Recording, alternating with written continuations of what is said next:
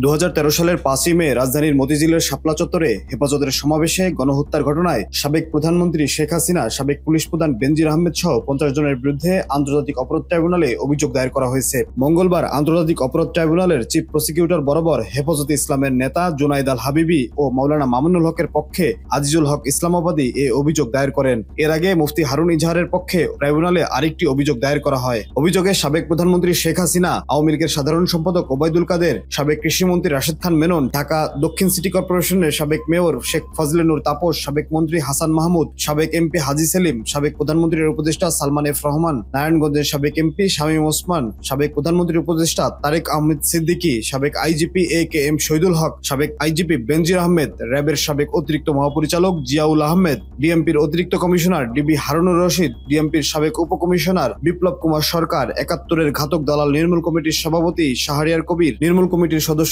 অধ্যাপক মুনতাসির মামুন, আন্তর্জাতিক অপরাধ ট্রাইব্যুনালের সাবেক প্রসিকিউটর তুহিন আফরোজ, গণজাগরণ মঞ্চের আহ্বায়ক ইমরান এইচ সরকার, 71 টিভির সাবেক সিইও মোজাম্মেল হক বাবু, সময় টিভির সাবেক ব্যবস্থাপনা পরিচালক ও CEO Ahmed Zubair, AB news 24.com-এর সম্পাদক সুভাষ সিংহ রায়, সাবেক প্রধানমন্ত্রীর প্রেস সচিব নাইমুল ইসলাম খান, সাবেক সেনাপ্রধান আজিজ আহমেদ এবং এনএসআই এর মোহাম্মদ মঞ্জুর আহমেদ। বশির হোসেন, খুলনা গেজেট।